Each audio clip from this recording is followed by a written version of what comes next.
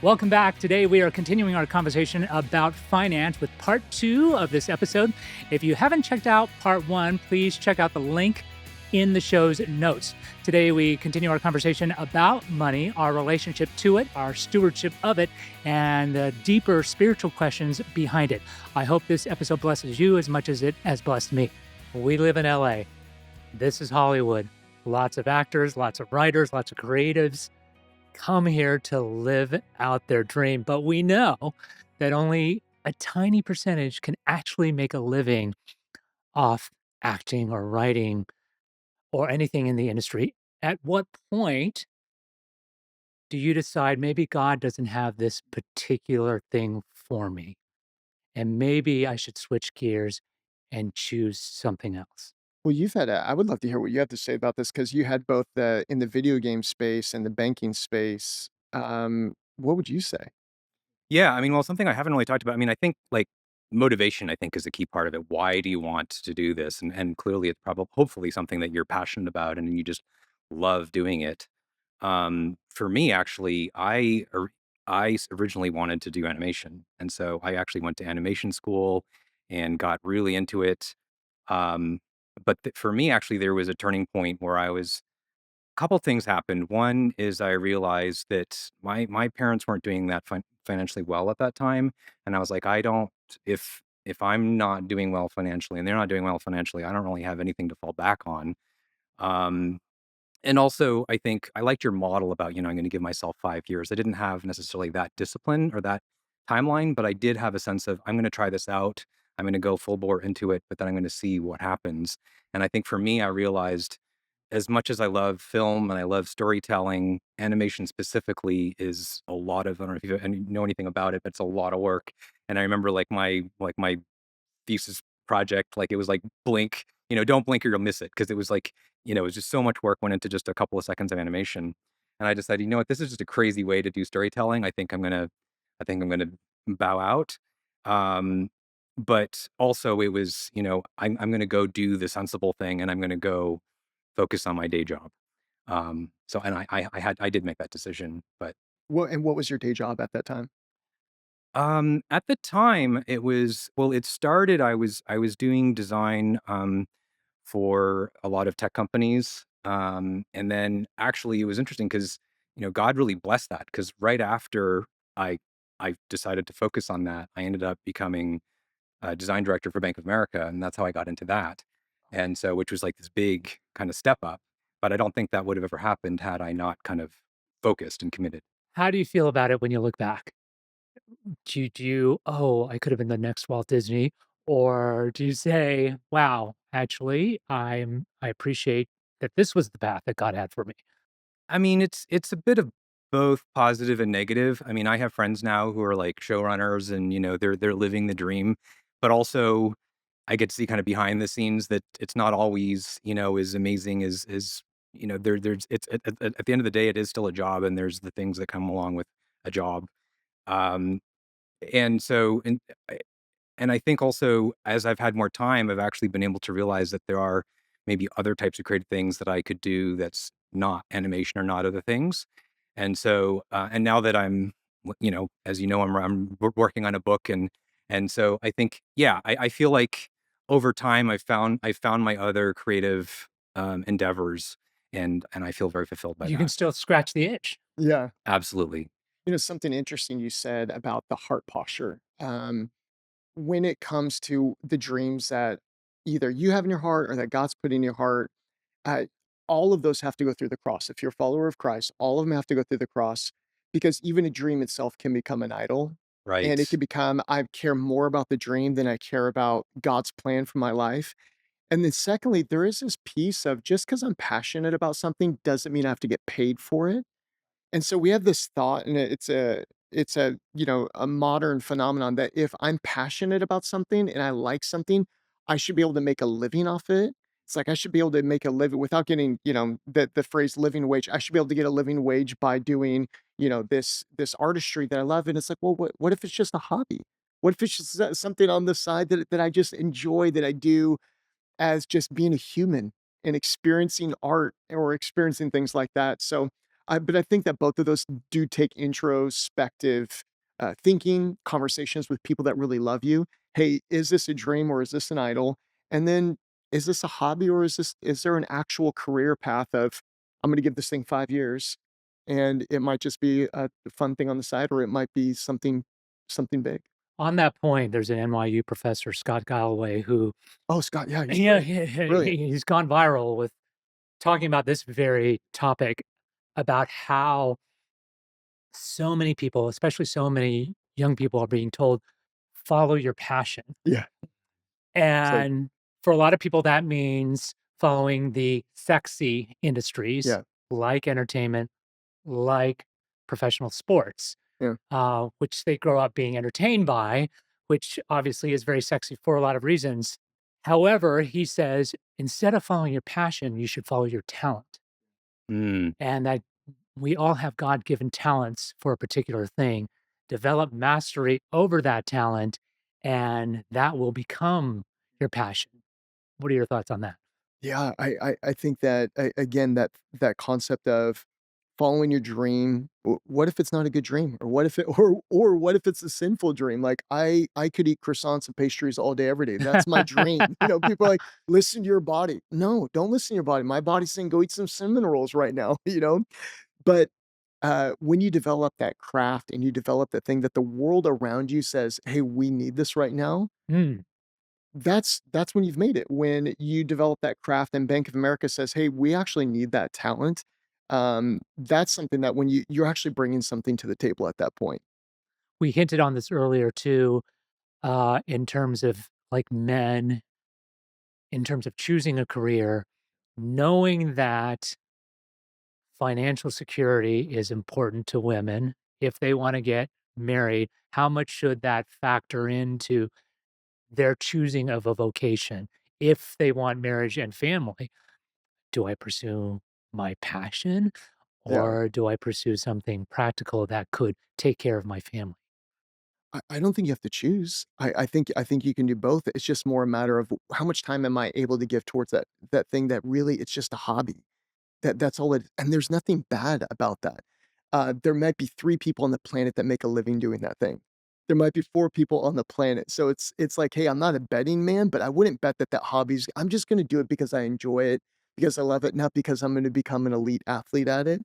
Um, but then the other thing is once if you do choose that career path, don't be mad at other people that you're not making the money that you would be making if you went a different route.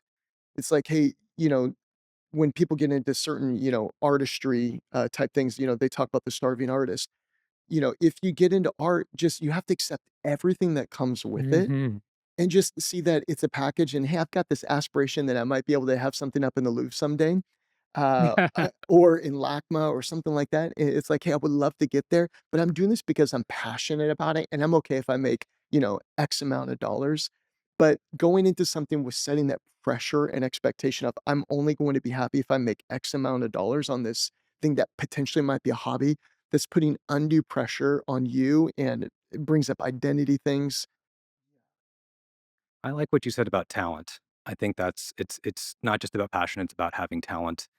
And of course, this is something that's very subjective and it can be difficult because then there are countless stories where people have had talent and they've had something that ended up becoming very wildly successful, but at first, was rejected multiple times.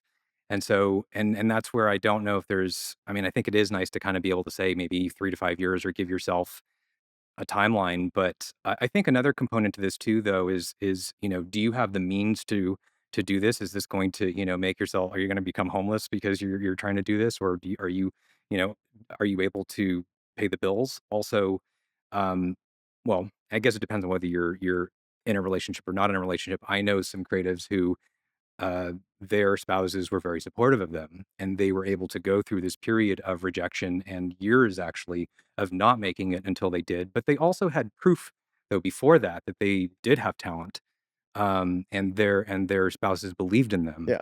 And so but it's kind of hard to say exactly like where you draw the line. Yeah, because I wonder how we can support our friends who are creatives, sometimes maybe with uncomfortable conversations, because this is going to be a bit dated, but I think of American Idol in those Yeah. early rounds Yeah. when Simon Cowell would be the only one who would say, "You're not a singer. Yeah. The truth Mm, teller. This is not your right. gift." Yeah. Right.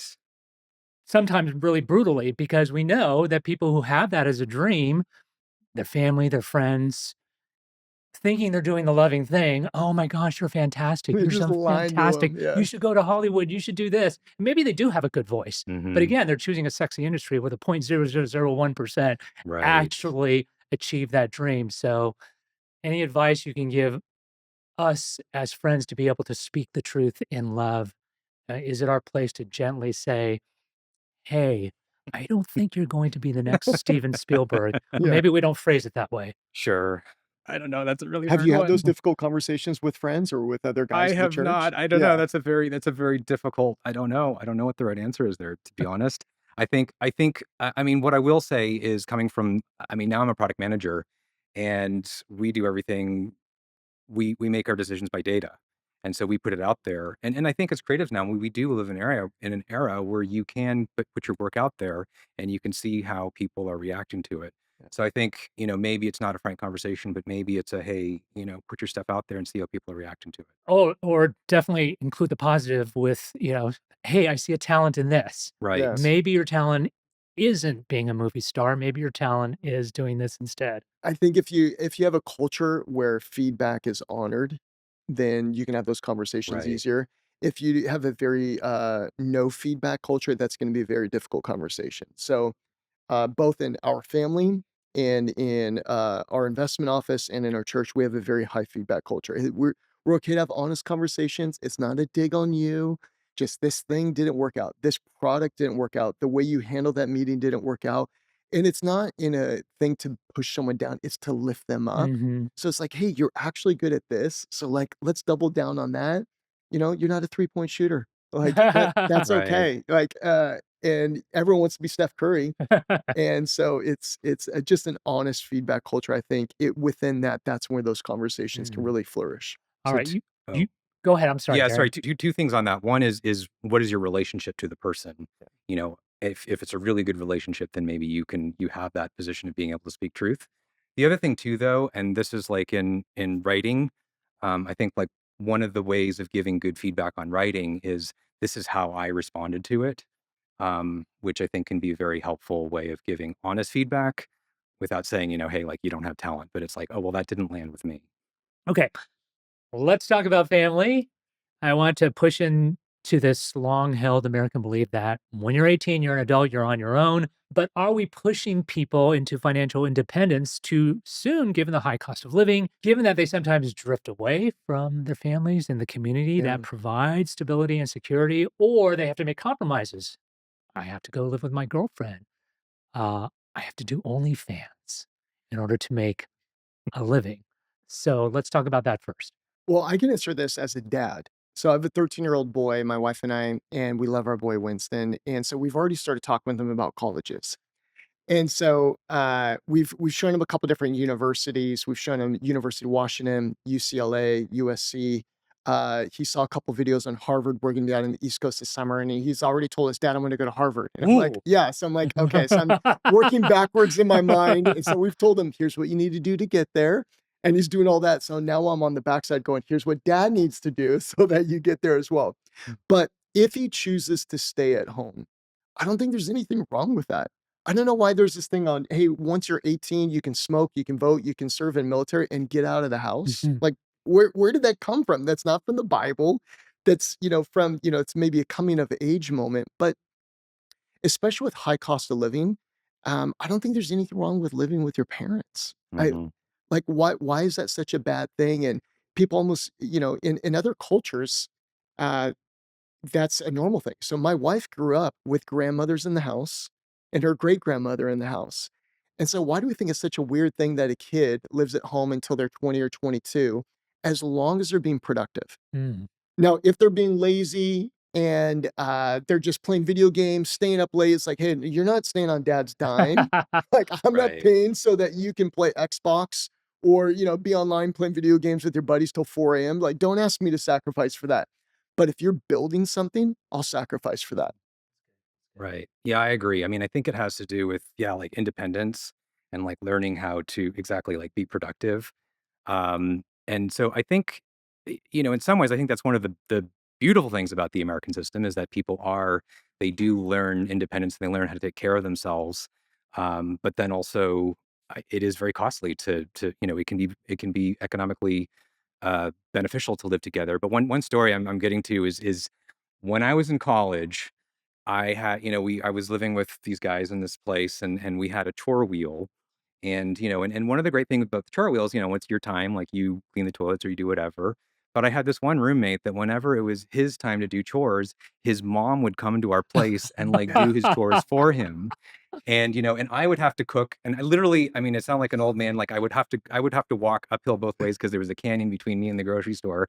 I would like to, It's get my wild. groceries and cook my food, but, his mom would, like, bring him all of his food, like, Oh, cooked and everything, and then Oh where's he one at my now? gosh. Where's that guy? That's he's actually really smart, so I think he's probably doing just fine. yeah, But he even though he went away and technically and was, like, living outside of the home, he wasn't really learning how to be dependent and yeah. how to take care of himself. And so I think whether you're living at home and whether you're living away, I think that's just a hugely important thing. As a general rule, what do you think about staying home until you're married? Very traditional, but I can see an argument just for purity's sake Right. Yeah, to it's stay home until you're married, but it also seems a little outdated. What do you guys think about that? well, I moved out when I was 18, so, went away for college, and then I lived in the dorms, and then I just never moved back. I got a roommate, first year out of college, and then I bought my first home, the next year after that, but, um, I mean, for some, it works. I guess it also depends on your family dynamic. What if your parents are also encouraging you to go live with your boyfriend or girlfriend? Hmm. What if they're encouraging you to go, explore, go do, all these different things. So if home is a safe environment Yeah. and your parents love God and they want to support you in your endeavor of whatever it is that you're building, a business, school, you're an entrepreneur, you're in real estate, you're building something, great, that's a safe environment. But if it's not a safe environment, I don't slight someone for wanting to get away from that. Mhm. I mean, for myself, I've done a bit of both. I mean, I'm very independent. I've lived overseas. I've been married and, left my home and my parents' home and done that. But also, there have been times where, like, when I've been moving back from overseas, I've gone and like lived with my mom, and it's been a really beautiful thing. And I've really kind of gotten to know her, and just our relationship has flourished from that. I do think that with dating, it can be a little bit different or interesting, and I think it Yeah. depends on the woman. It may not always be socially acceptable. Proverbs 13:22 speaks about a good man leaving an inheritance not just to his children, but to his children's Yeah. children. And 2 Corinthians 12:14 highlights the responsibility of parents to provide for the next generation. Wes, it's part of your ministry to equip pastors and leaders to think about money this way, Yeah. to think about stewardship in a very practical, generational way. In this environment where everything is so expensive, how can we start to build this kind of generational wealth? It starts with the first step. And so most people, especially like when I'm working with an organization or a church, I'll talk about it on the finance side. Most of them think, oh, we don't have enough money to think that way. Mm, It's like, well, you have something. I had a conversation last week with a nonprofit here in Southern California, and they want to start building out this legacy fund. And they have less than six figures in there. So in their mind, they're saying, hey, this is not enough. And one of my encouragements to them was start where you're at, create a bucket, and watch God bless it. mm, Because once you've created that vehicle, there will be other people who wanna participate, other people who wanna join.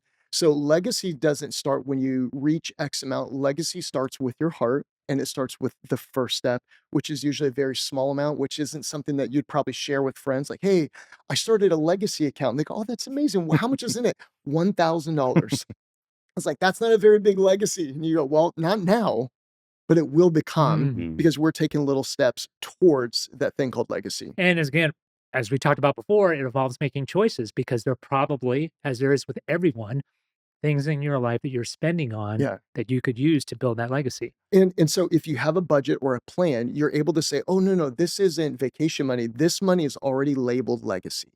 And so anytime, it's with taking those little initial first steps, and then I tell people to automate it.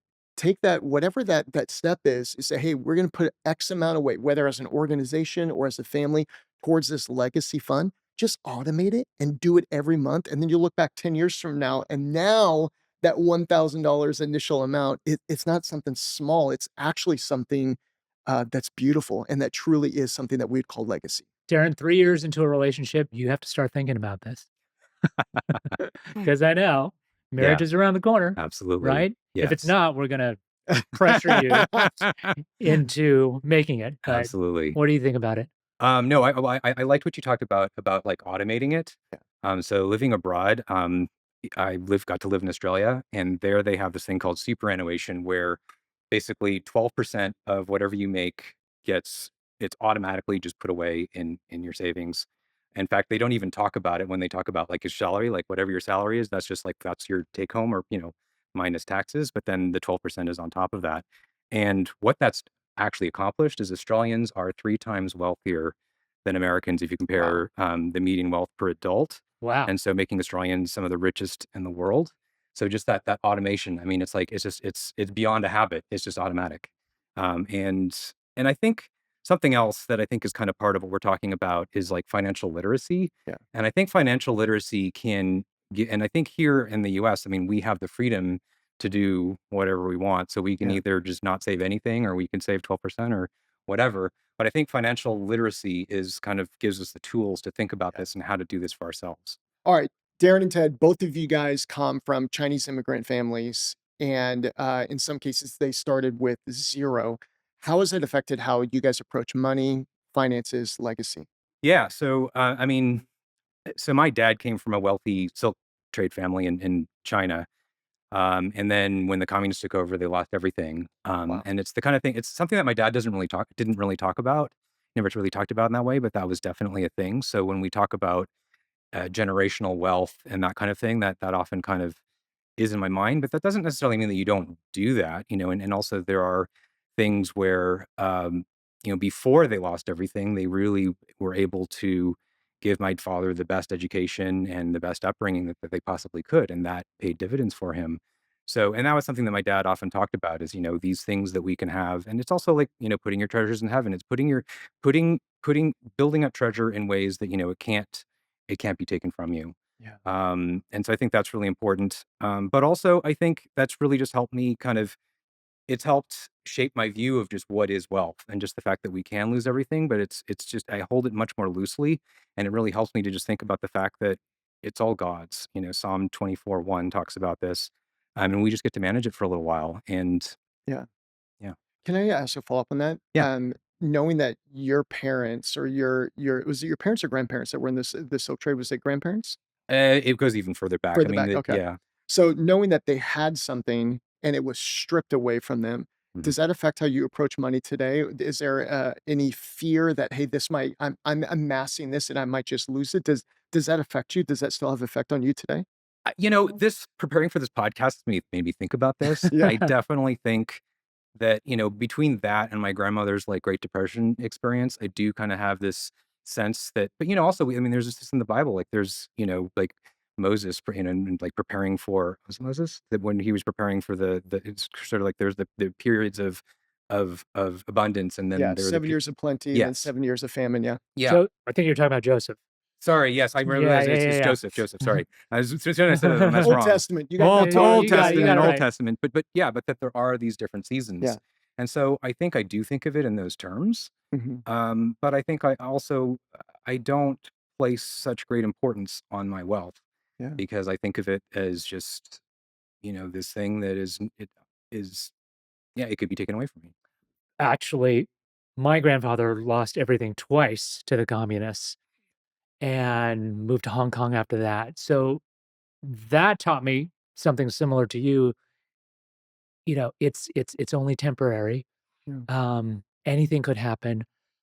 So on the one hand, I have that mentality. It's like it's God's money and it's here for us to be generous. So that not to hold it tightly, and to, as you say in your book, you know, think big. Hmm. Think big. And thinking big isn't like buy the biggest house in the block. Thinking big, as you write, is about being generous and being able to see needs and pour into that. On the other hand, my dad also taught me that, whatever you do, just be the best at it, work Mhm. hard at it. Right. And in that sense, money is not to be taken lightly because my dad came from nothing. Both my parents worked very hard to provide us a secure and stable life too. So that instilled in me, the value of hard work and the value of money. And so you're also, if I you mentioned this at breakfast today, you're writing a book, and how Mhm. much of that is about family story and legacy, and how much of that are you gonna touch on money in that book as well? Yeah, money's not gonna be so much the main, thing there, but I think it's really, I mean, the book is definitely inspired by The Last Boat Out of Shanghai. I read that book, and it talks about these 4 different immigrants who came out of Shanghai. Each one has a very I mean, speaking of money, they each one had a very different experience, both in Mhm. terms of, like, the kind of money that they came from, as well as kinda how they did when they landed. So, I mean, yeah, I mean, money is always kind of part of every story in that way, but I don't think that's gonna be the primary focus of the book. Wes, let's start with you with this question. There's a growing conversation in the church around money, the stewardship of it, financial literacy in general, talking about everyday financial decisions. That's a great thing. You've written a book that's now been turned into an online program, fantastic, and being used by some of the largest churches in America. I think you said 1,000 churches Yeah, there's about are using 1,000 your program, churches. which is Yeah. Awesome. amazing. Tell us more about that and why you felt called into this particular area of ministry. So here's, I'm 44, so you guys remember Y2K? Yes. Okay, so of course, we thought the world was gonna turn off. Like, I remember going to our church and they were like, "Hey, you gotta pray, fill up your bathtub with water." I don't know why that one got stuck in my mind. The filtration systems are gonna shut down. And churches, one of my mentors said it like this, that some people are so heavenly minded that they're no earthly good. We get so stuck in the sweet by and by and someday that we don't actually take care of today. Mm. And what ends up happening is younger generations grow up and they go, "Hey, I don't want this life. I want to be heavenly minded, but I actually want to live out the gospel, fulfill the Great Commission. I want to be able to I don't want to have to just live where, you're never sure what's going to happen next." And also on top of that, as much as I mentioned earlier, about the tithe, I believe in that. That's powerful. That's not a cure all. Like, Mm. it's not like, "Yeah, I gave some money in the offering, everything else is good." That's like, eating like garbage and then throwing down a Flintstone vitamin and like, "Hey, this all kinda evens out," right? Mhm. And so, one day I was meeting actually with a client on the wealth management side, and I told the same story for the thousandth time. I was like, "Hey, you have your offense, you've got your defense, you've got people that are helping you make money, you've got people that are helping you keep your money. You need a budget, and they're all kind of working together. You're building this finance team. Here's the part that I play in that. We're gonna bring all these people around you." And I drove home, and I was like, "I gotta write this down. I gotta write this down." And actually, I think it's gonna help equip people who they love the Lord, but no one has taught them the language of money. Mm. Mm. Money's just simply a language. And so I think that the church could do really well to just be well versed in the language of money. When Daniel and Shadrach, Meshach, and Abednego, they're taken off into Babylon. One of the things that they still love the Lord. They're living pure. They're not eating any undefiled food, but they had to become experts in the Bible says in the language and the literature of Babylon. Mm. Mm. And so the love of money is the root of evil, but money itself is not evil. So I want to become an expert in the things of this earth, just like I would in science or in medicine. It's just a language that can help people.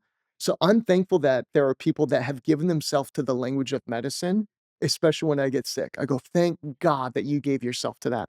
Same goes with And we finances. can understand Jesus' warning about money reflects the urgency to understand it and to Yeah. Mhm. use it well. There are so many kingdom connections between the way I treat money and where my faith is really at. There's this intrinsic connection between my money and my heart. There's a connection, you had mentioned earlier about Jesus taught on money because it's something tangible and that everyone can understand. Yeah. Darren, I've heard financial literacy is also your passion. We've heard Mhm. that. Do you have any plans for discipleship around this topic? So, yeah, I think, in before I was to do that, I think I would really need to understand, like, what I wanted to say about or and that kind of thing. Something that I would like to talk about just in terms of this and something that I've done in the past is I mentioned earlier that I was on the board of this Christian nonprofit. The nonprofit was actually, we were helping young mothers, often teen mothers, and a big part of it was providing housing for them. Oh, But then we also had a classroom where we taught classes for them. Um, Parenting classes was a big thing. And there were more of these young moms who were doing the classes than were living in the home. So I feel like that was actually a big part of the ministry. But in addition to the parenting classes, we had financial literacy classes. Hmm. And that we felt that it's was huge. hugely important because in order for these young mothers to be able to take care of their children, they needed to understand how Yeah. to take care of their finances. So I think that's maybe something I've done in the past. What I do in the future, I don't know. We'll have to see. Rapid fire questions. Are you guys ready? Mhm. All right. One financial habit that every man should have. Dollar cost averaging, basically what it just means is that have a certain amount that you just invest regularly, and actually you will end up doing much better than any other investment strategy.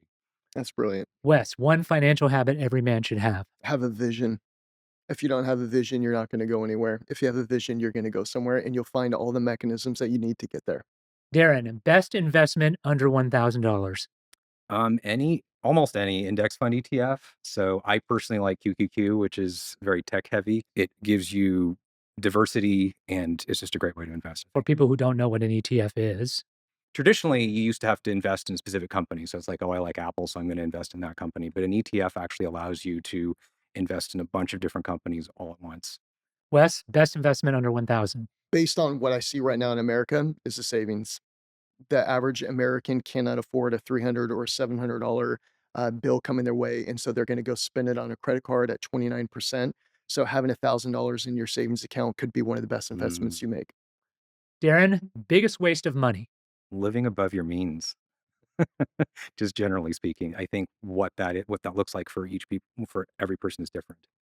Wes, biggest waste of money. I think you know where I'm going with this. And I wrote a chapter on this, and it's on cars, clothes, and going out to eat. Darren, if you had to start over tomorrow, no money, no network, what's your first move? I mean, I think it's about leaning into your strengths. My whole career, I've built products. And so I think I would continue to try to build products. Wes? I would start somewhere with some level of base income, save as much as you can as a nest egg on the side, and then build that until you don't need to do that other job anymore. Thank you so much for watching Formed. Thank you to my guests, Wes and Darren. I really hope this conversation met you where you were at and helped you think about things and wrestle with things in a good way. I will include links to get Wes's book and to get in touch with us in the show's notes. In the meantime, please like and subscribe and share this with someone who you think could benefit from it. In the meantime, stay tuned. More conversations are coming your way. I'm Ted Chen. See you next time.